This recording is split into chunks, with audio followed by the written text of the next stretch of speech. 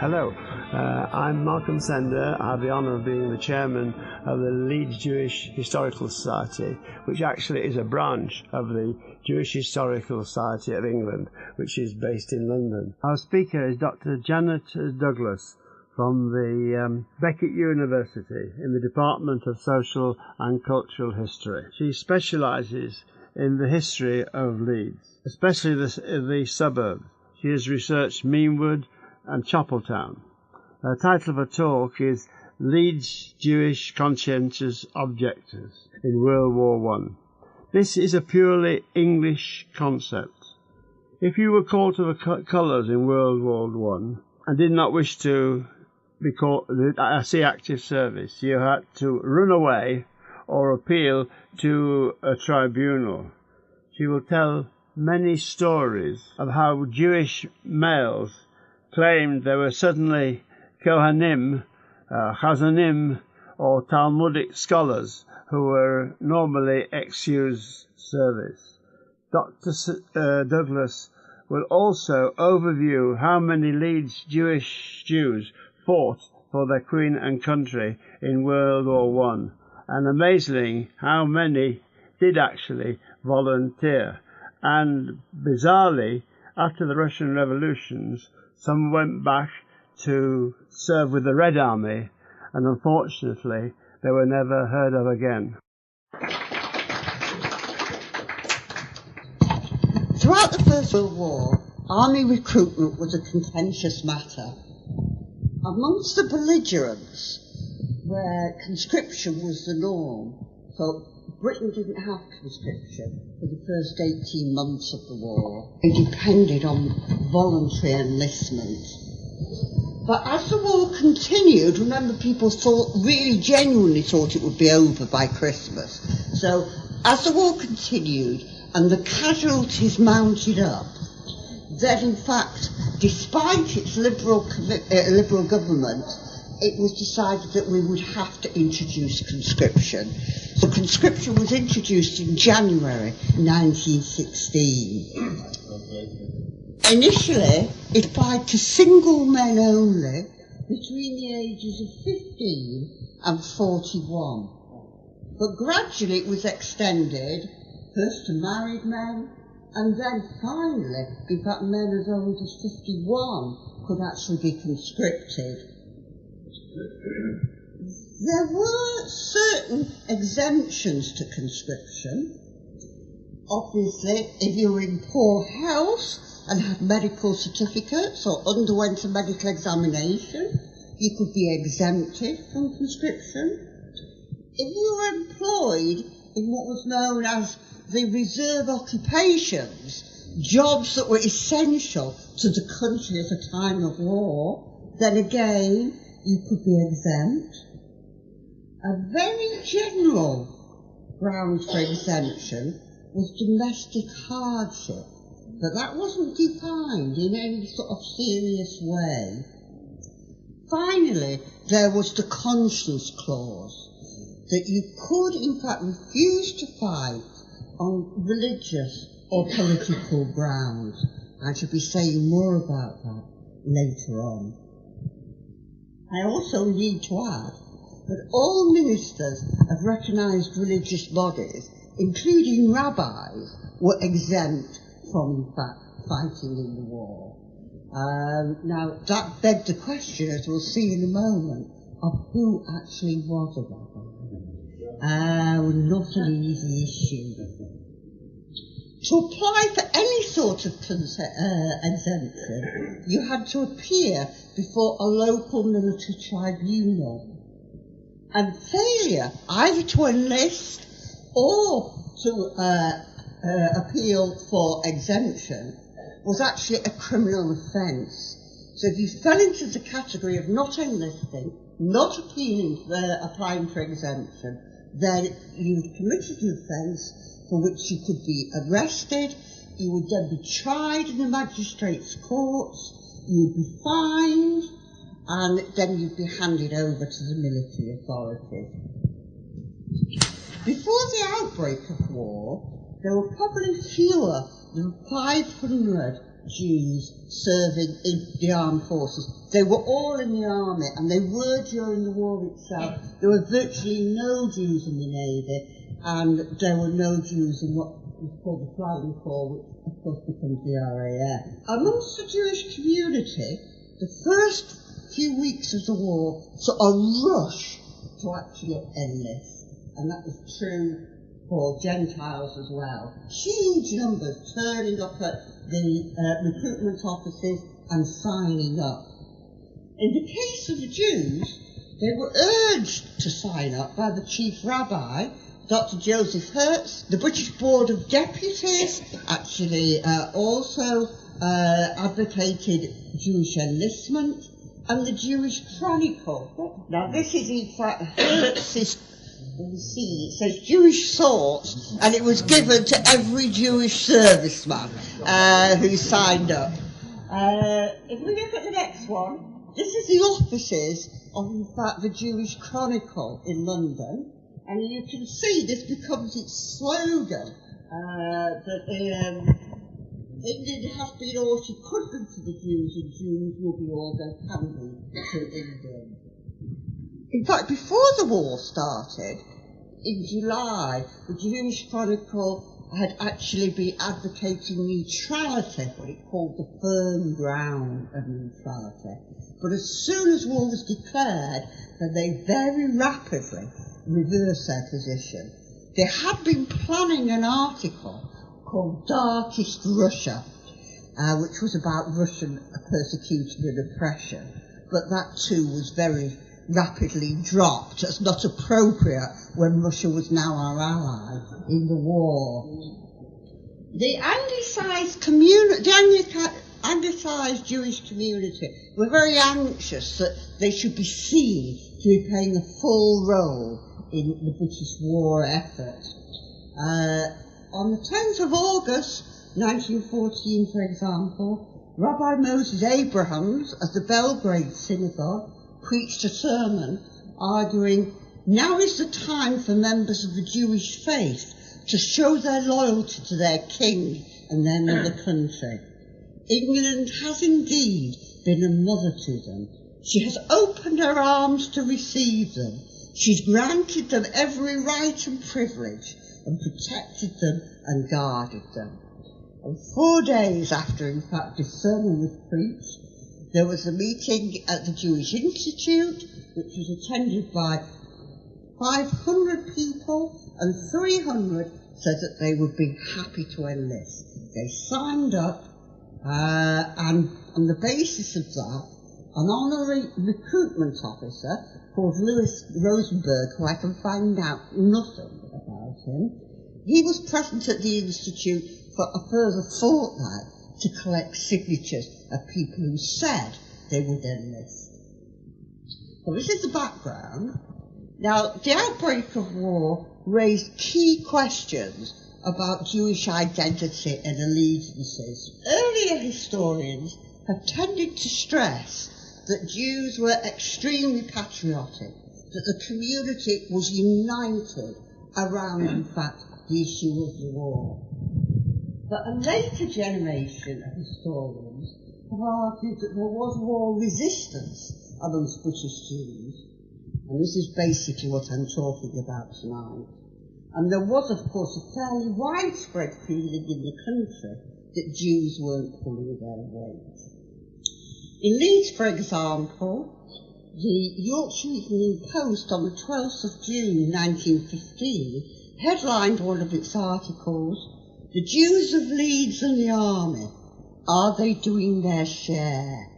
And this was then followed by a whole spate of letters for a fortnight, mostly arguing that they weren't doing their share, and then eventually the editor stepped in and said he wouldn't accept any more letters on this subject. Now, it's not my position tonight to talk about Jews of Leeds in terms of the history of the community here. When war broke out, there was probably about 23,000 Jews in Leeds.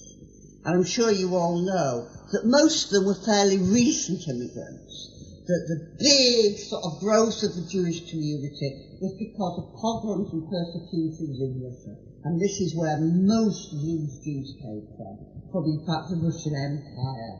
They lived in the leylands, they were desperately poor, they spoke Yiddish, and they were barely integrated. It was a self-contained little community, the leyland, and they really didn't have a great deal to do with the rest of Leeds. By June 1916, only 140 of the Russian Jews in Leeds had enlisted, out of about 1,000 that were eligible in terms of their age. There were some Russian Jews in Leeds who couldn't enlist. To enlist, you had to be a citizen, and a great many Jews had not actually taken out naturalisation. Perhaps even some of you got this at home, one of these at home. These are the naturalisation documents. It did actually cost you, so this way to apply and receive it. Yes, everybody. If they were twins, they did, it was only cost for one. And they did put twins together, two children together. I know that for a fact. So there was one reason why, in fact, people didn't in fact take out nationalisation.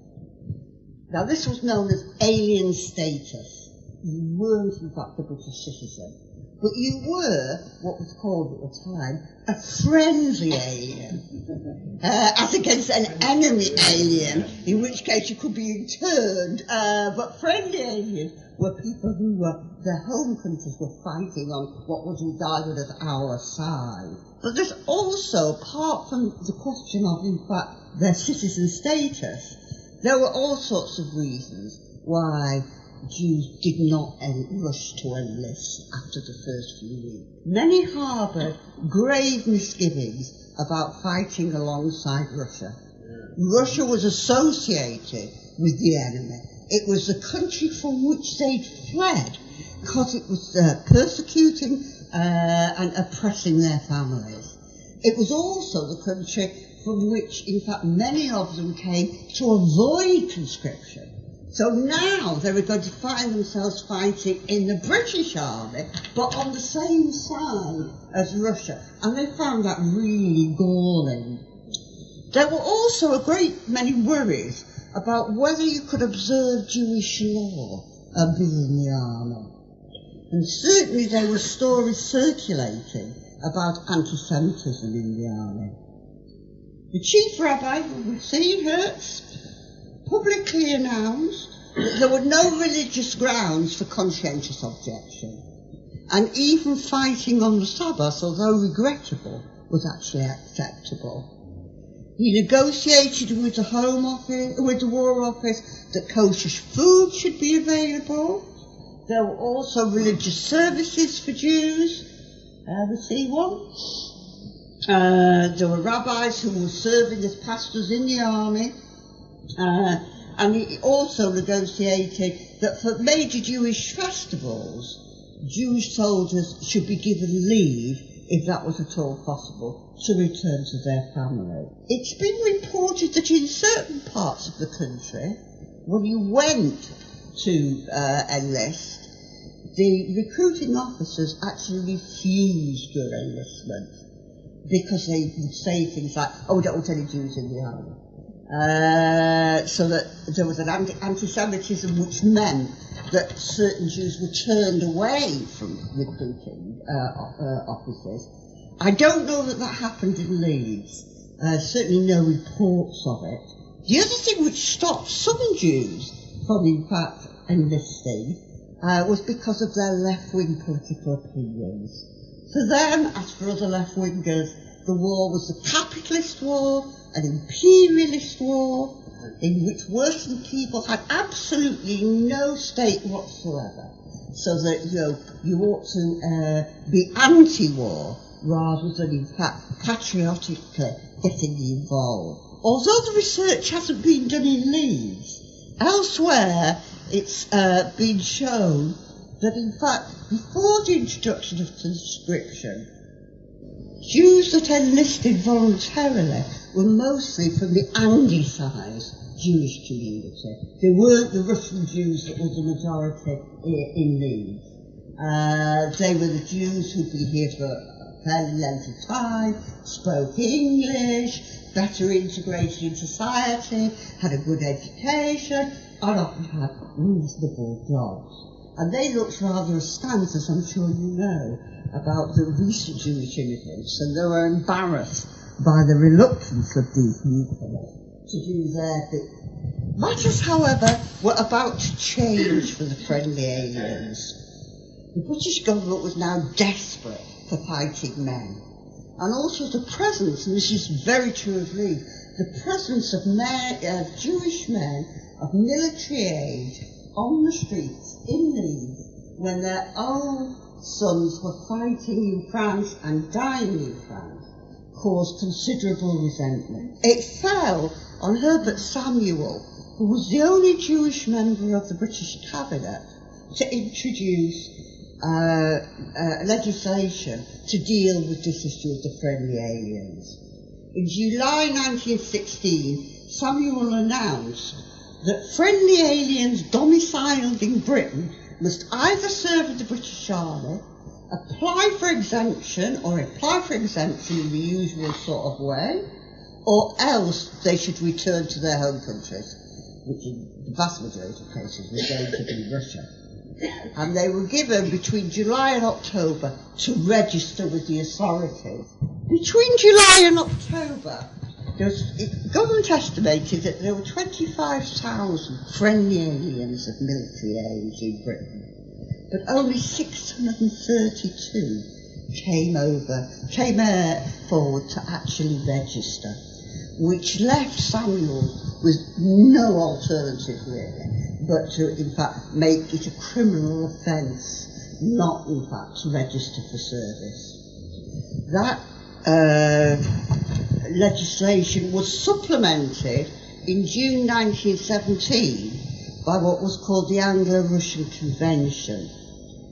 Before the signing of the Anglo-Russian Convention, although there was a threat of deportation, if in fact you didn't sign up or you were not exempted, there was a threat of it. Most Jews didn't take that threat very seriously.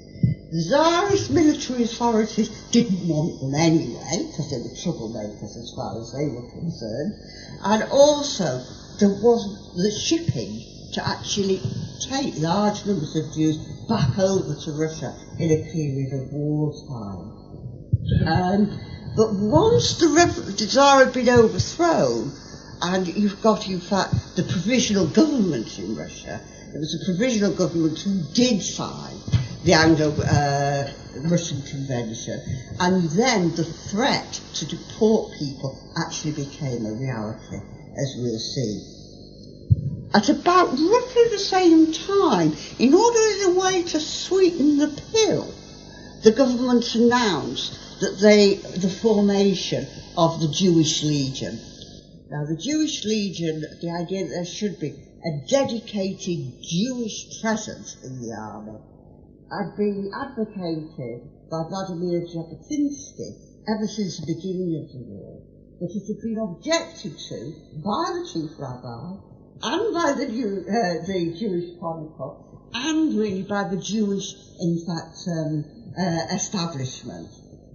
So it was only at this very late stage that you can actually now enlist and go into a Jewish legion, a Jewish battalion, and mostly you'll actually be fighting in the Middle East then against Turkey, who of course was an ally of Germany.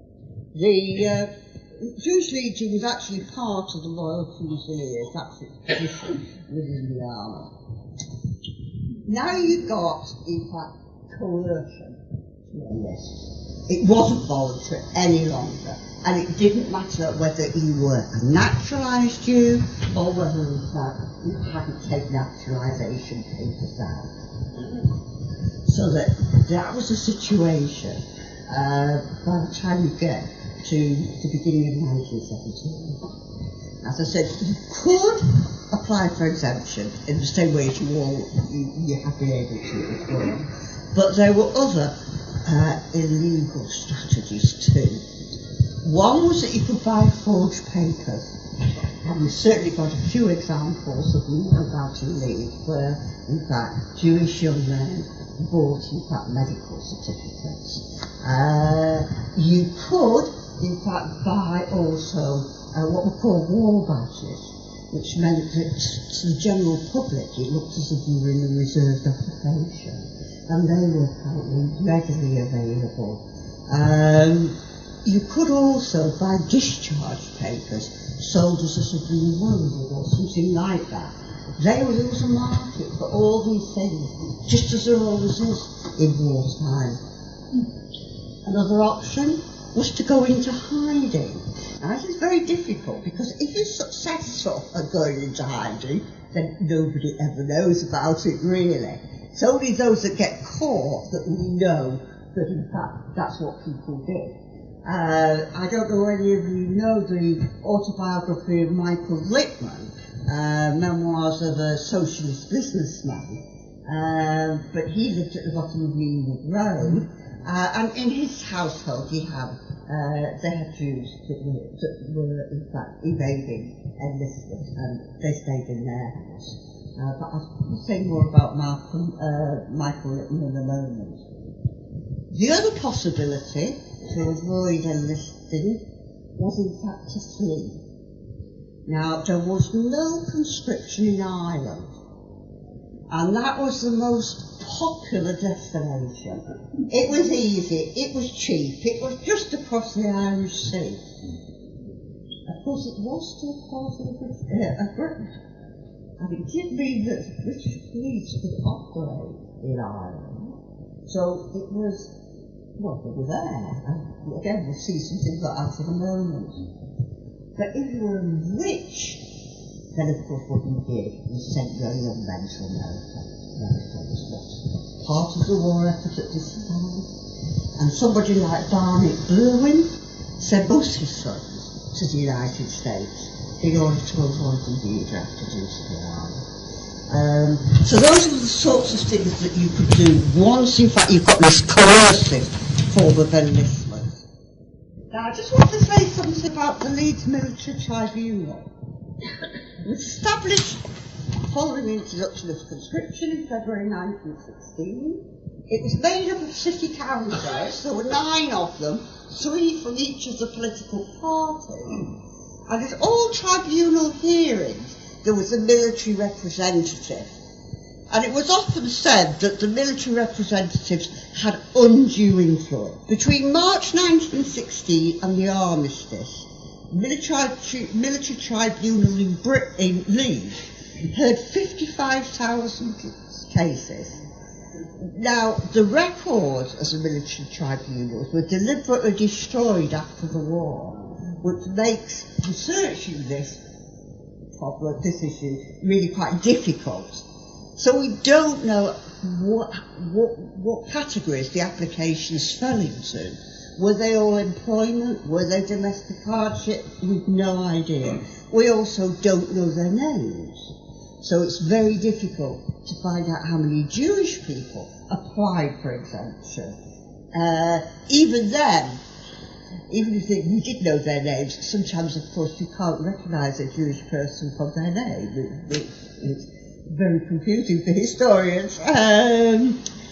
The cases, particularly when the tribunals first began sitting, were reported in the press, but again, no names were ever given, no addresses, sometimes an occupation, so it would say Jewish tailor or something like that, but it would not tell you anything much more than that. And as the tribunals went on and on and on, and heard thousands of cases, they weren't reported in the papers at all. The only reports that you get are when, in fact, somebody had to go to the magistrate's court, when they'd not asked for exemption, and they'd not enlisted, and they were, in fact, arrested and tried in a magistrate's court. Then the press did report names and addresses, ages, all those sorts of details. There you have got some solid information about people. The other thing about the proceedings of the tribunals, we don't really know what went on in most of them. but there wasn't anything like case law.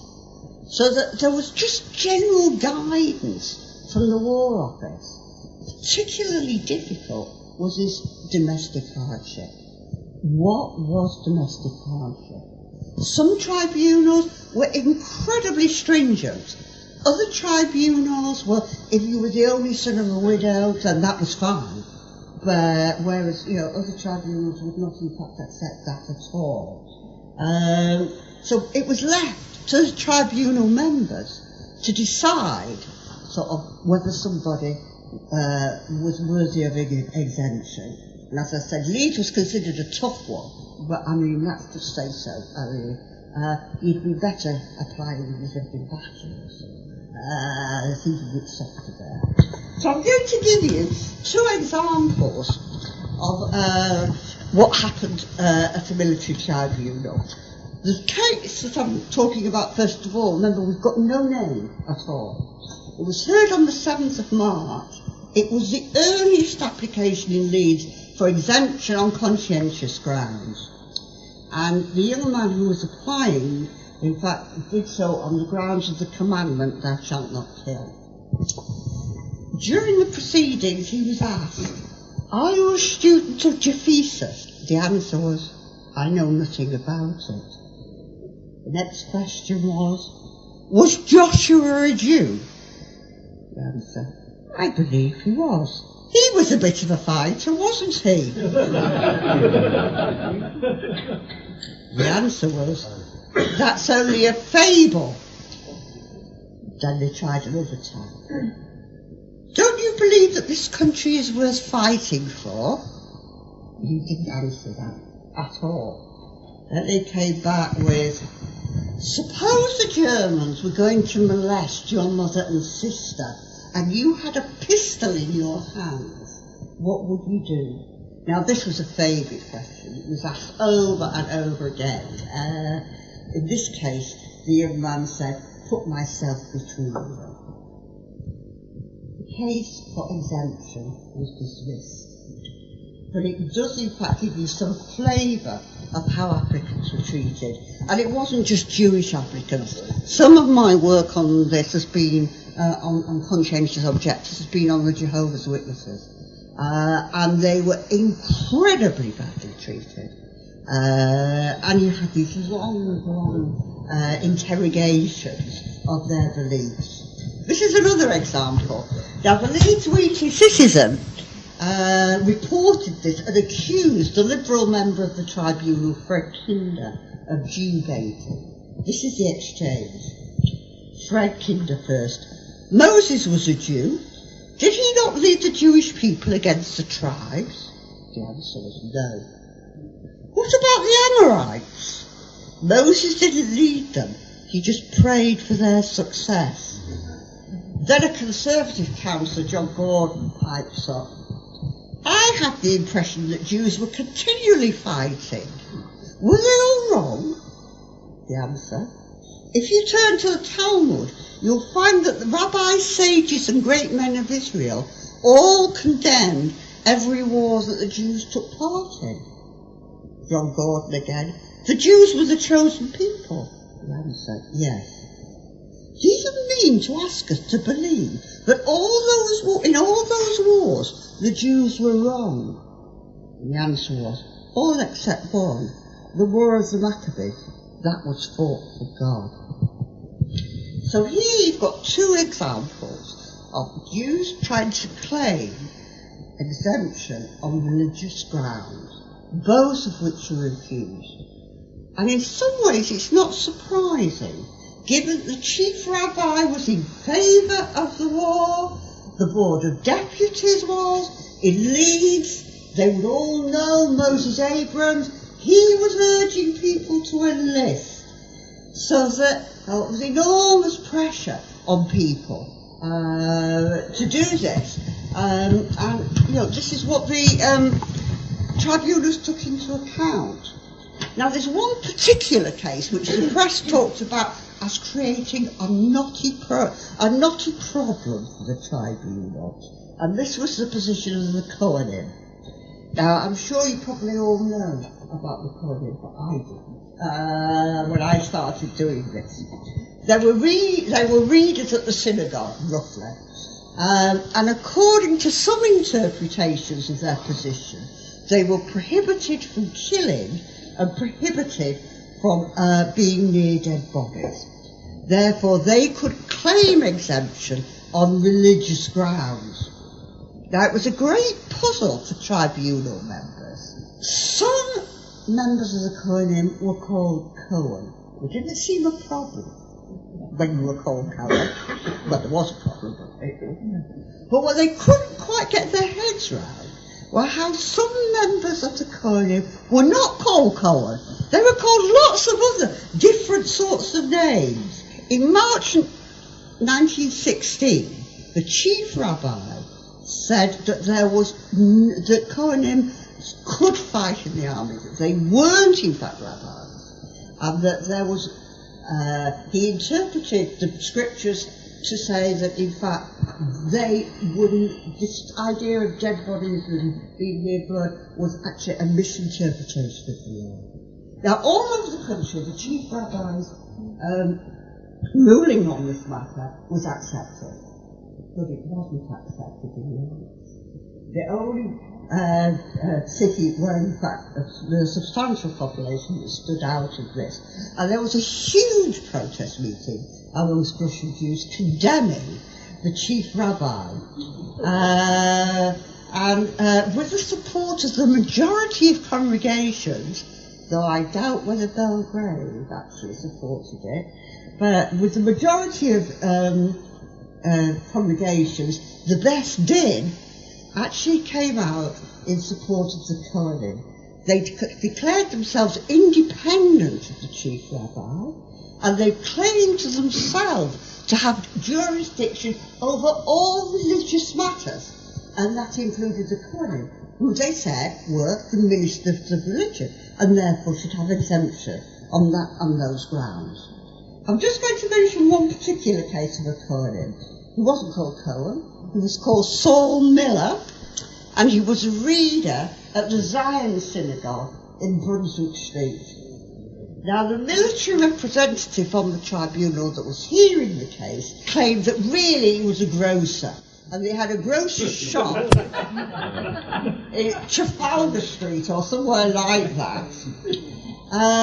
There were two other readers, one from the Benevolent Synagogue, and I don't know where that is, actually. I've never heard of it. Perhaps someone can enlighten me.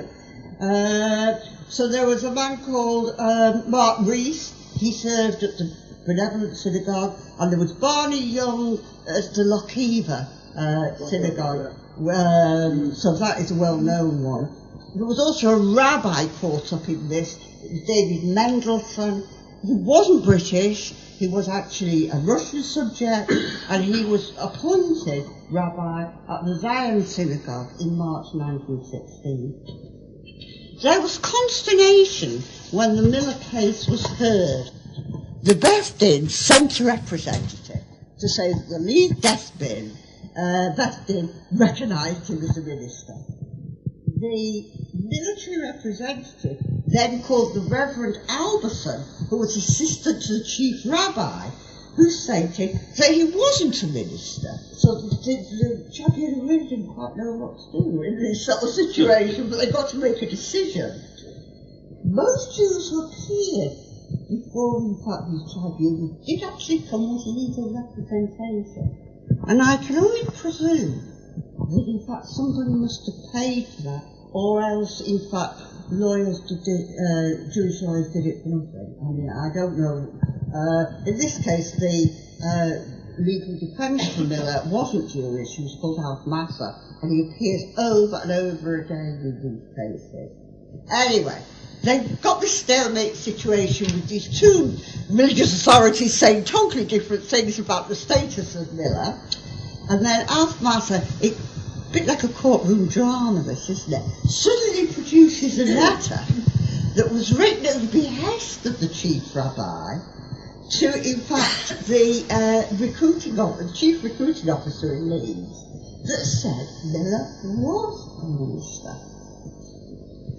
Now, this just caused quite a rabbit out of the hat. And all the military representative could do was to say, it's a forgery. And the tribunal seemed to possibly believe that, because Miller's claim for exemption was refused, as were the rest of them.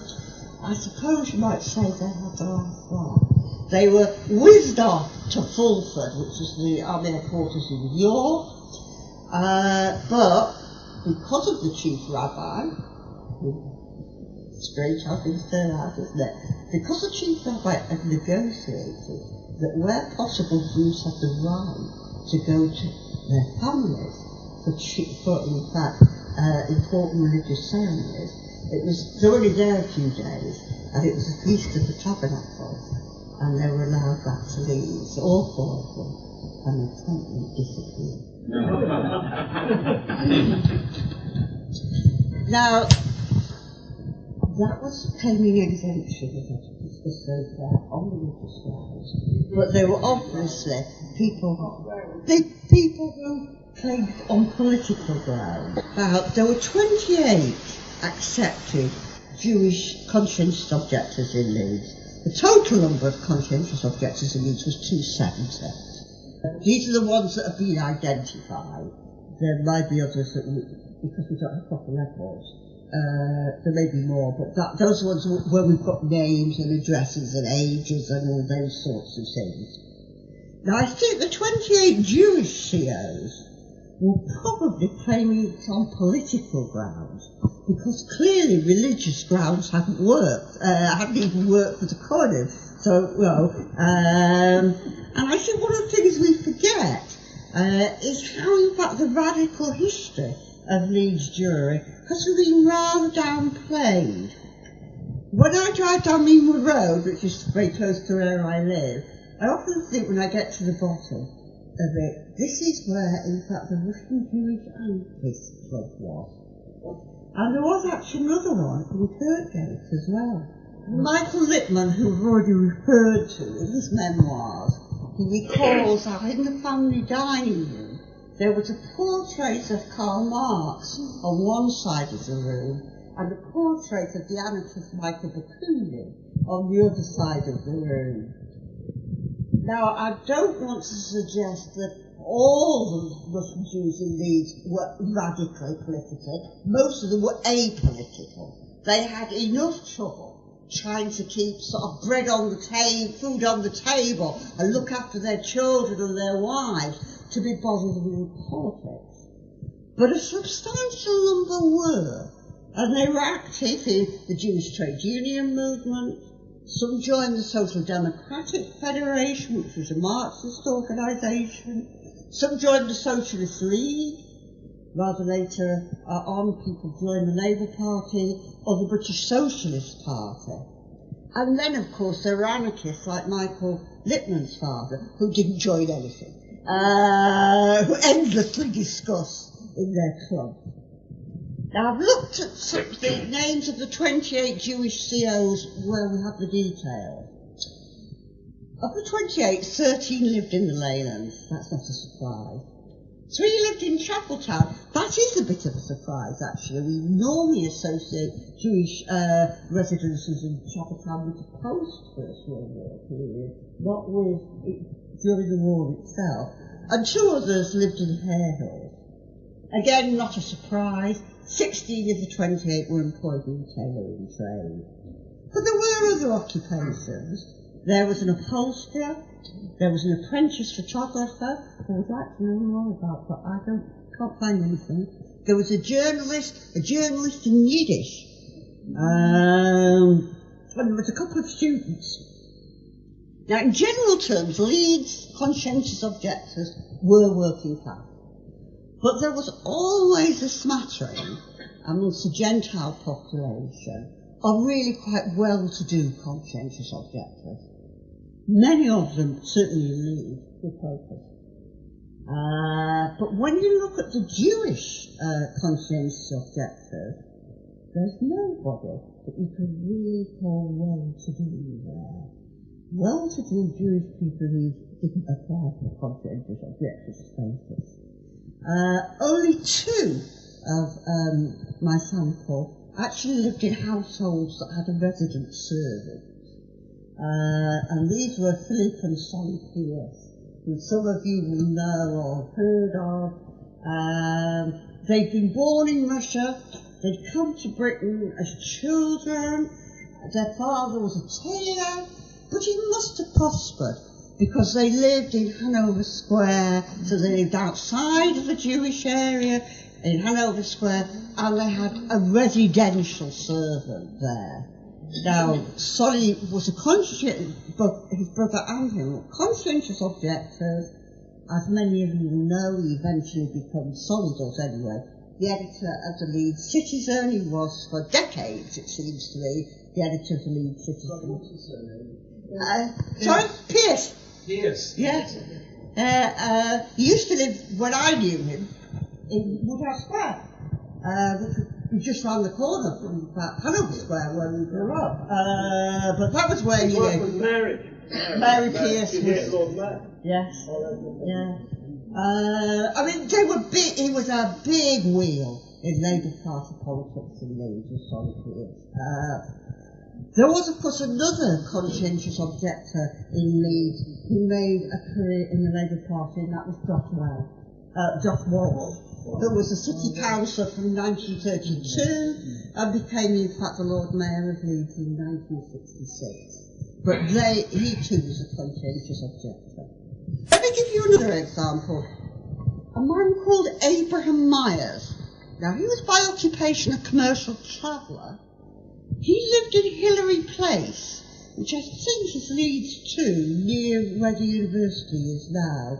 He was a well-known agitator in Leeds, and apparently he spoke constantly in Victoria Square outside the town hall against the war, and handed out, in fact, leaflets. And on Sundays was either on Woodhouse Moor or, in fact, at Hunslet Moor, where again he was speaking and handing out his pamphlets.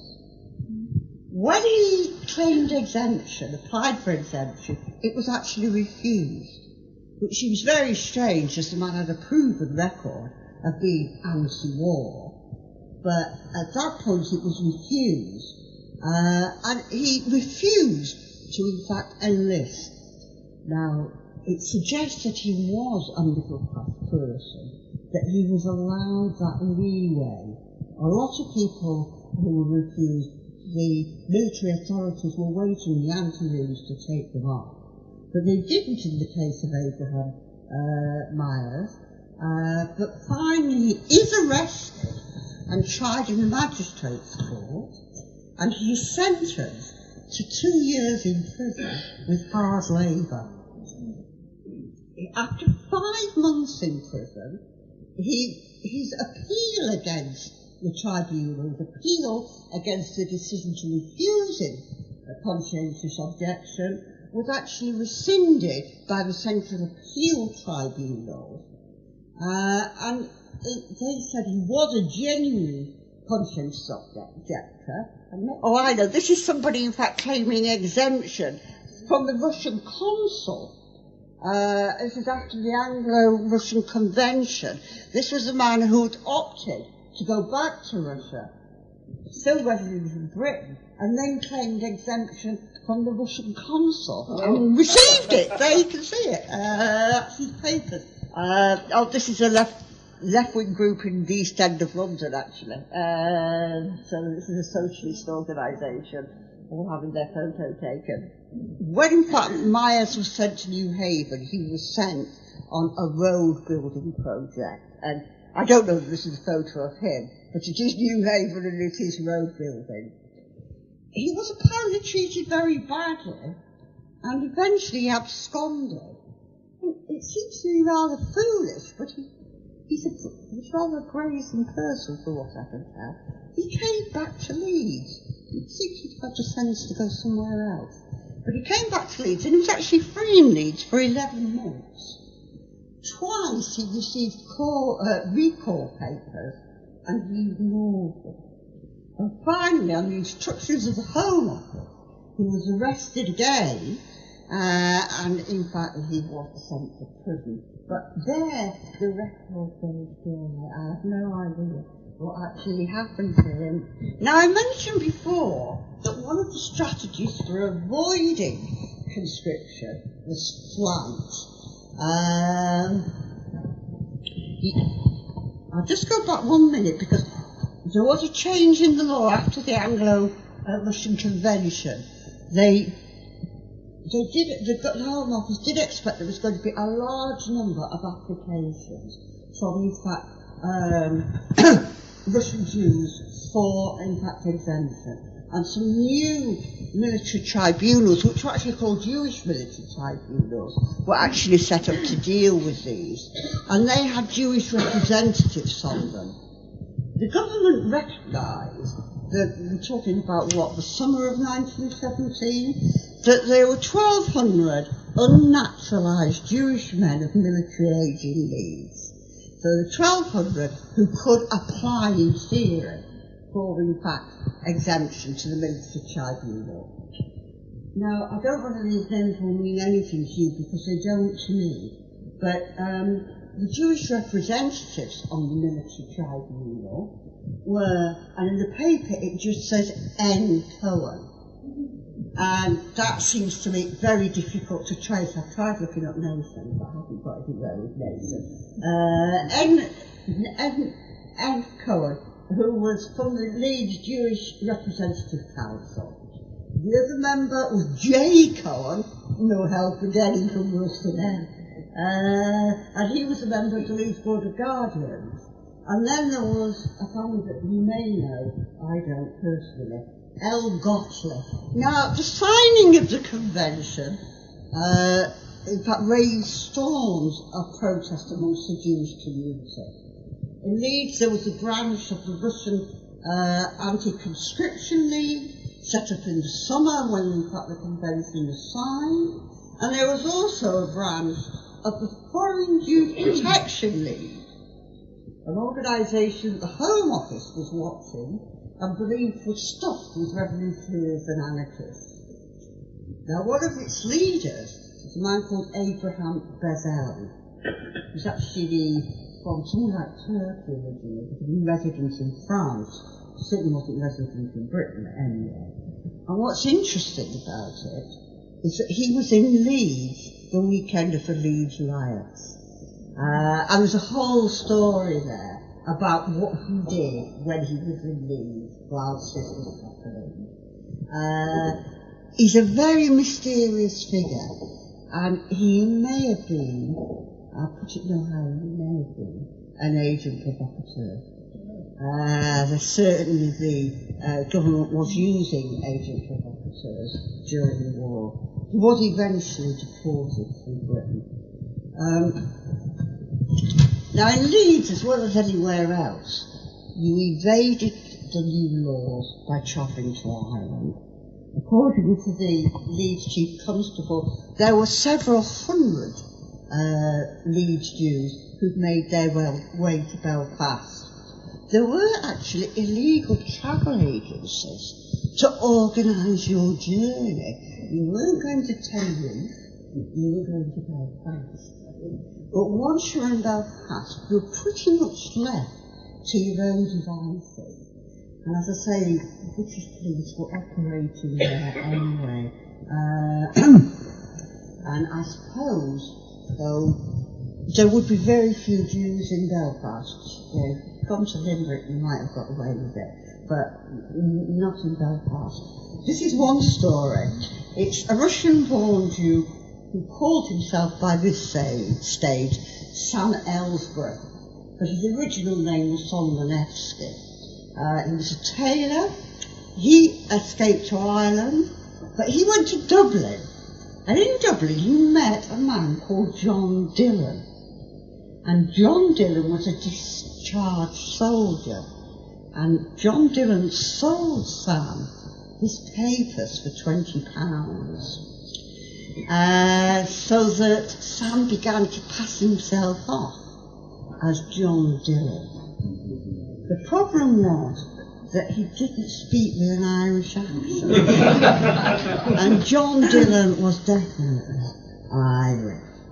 And so that's how the police got hold of him. Afterwards, I don't know if anybody knows Sam Harsgrove? Moves to London, becomes a very important figure in the Tailor and Garment Workers Union, and also an important figure in the Communist Party, but he's then based in London. He's not in London. I'm nearly finishing. On January the 29th, 1918, 112 Jewish absentees were tried in a magistrate's court for evading the draft. Starts in the morning, and by 5 o'clock, all but 2 of them were found guilty, and they were handed over to the military authorities. In Calvary Street, outside the town hall, of course, their friends and relatives had gathered. Now, they hadn't expected that when they were handed over to the authorities, that action would be taken that day, but it was. So the decision came at 5 o'clock. By 5:40, 110 of them were marching down East Parade, Infirmary Street, through City Square, to the station, surrounded by soldiers with, in fact, fixed bayonets. Women fainted, women screamed, according to the press, women were hysterical. When they arrived at the station, they were actually more crowds of people objecting to what was happening to these men, and they were put on a train bound for Plymouth, where in fact the Jewish Legion was training. The third alternative course of action that I've outlined earlier was to return to Russia. Now, this had been made more complicated after the October Revolution when the Bolsheviks took power. But between August and October 1917, just over 3,000 Jewish people living in Leeds actually volunteered to return to Russia and did in fact go. We've no idea in most cases what happened to them. They just disappeared off the face of the earth. In Leeds, 60 men had registered to return. Yeah, as I mentioned to you before, you did say you would go, but you never thought they'd found the shipping. But they had found ships. So not everybody who said they'd go turned up. Of the 60 in Leeds who said they wanted to be deported to Russia, only 21 did. They did go back. And they left behind their wives and their children. There were 12 wives who'd been deserted and 14 children. They never saw their husbands and fathers again. They just disappeared. Initially they were supported by the Jewish Representative Council in Leeds, and then later on they got allowances from the Home Office. Well, to conclude, we've probably got some more slides actually, which I've forgotten about. Oh, this is the Jewish Protection. This is a petition from the Foreign Jews Protection League. We seem to sort of, once the war had ended, that everybody was in fact back to citizenry. But it wasn't, it went on and on and on. So lots of people who were serving in the armed forces didn't return to civilian life till 1920, in some cases 1921. So this explains the date there. Now, my talk this evening hasn't been entirely celebratory. What I've been trying to do is give you a more rounded account of Jewish responses to the First World War. There are, of course, lots of things I haven't discussed. I haven't really talked about anti-Semitism, which is a huge topic, and I haven't in fact discussed, except in passing, the Leeds riots of June 1917. By the end of the war, 41,000 Jews had served in the British Army. That was 13% of the eligible population, the men of military age. So 13% of them went. In the case of the non-Jewish population, the Gentile population, only 11% actually went. So that, in terms of percentages, more Jews fought than actually British Jews. In terms of numbers, of course, it's nowhere near the same. In Leeds, 3,600 Leeds Jews fought in the war, and 133 died. And this is, some of you perhaps got this book at home, produced by Michael Adler, who'd been a Jewish rabbi, and it lists the names of the people who fought in the war and who died and were injured and so on, and those who received medals and that sort of thing, anyway. If you've got a copy at home, they're incredibly valuable these days, and for some reason they've not actually been reprinted. So that don't look after it. Finally, look at the situation in Leeds. Is you've got a sort of spectrum. At one end, you've got the people who, in fact, enlisted really right at the beginning of the war and did so with enormous commitment and enthusiasm. And an example of this is the Superior family. Now, they were Russian Jews, but they'd come slightly earlier than everybody else. They'd come in 1871, which is early for Jewish people from the Russian Empire coming to Leeds.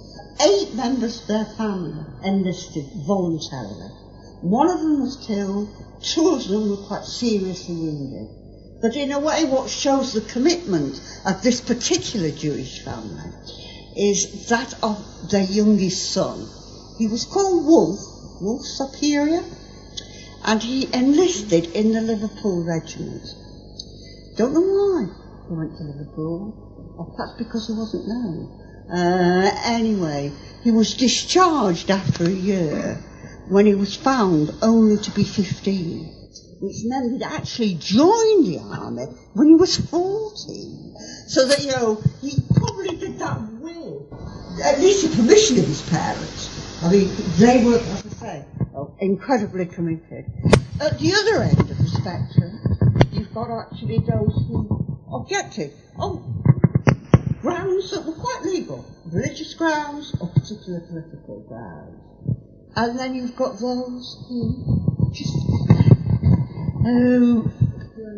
just went off, deserted the country, or deserted to Ireland, and you can't really blame them. I mean, they're poor, they're bewildered, they're frightened, they've got they're living in what for them is really still a foreign country. They've got wives and children that they feel responsible for, and they just can't risk going out to France or somewhere and being slaughtered in the trenches, you know? So you've got, as I say, a whole series of different responses to the war represented within this particular community. So thank you very much.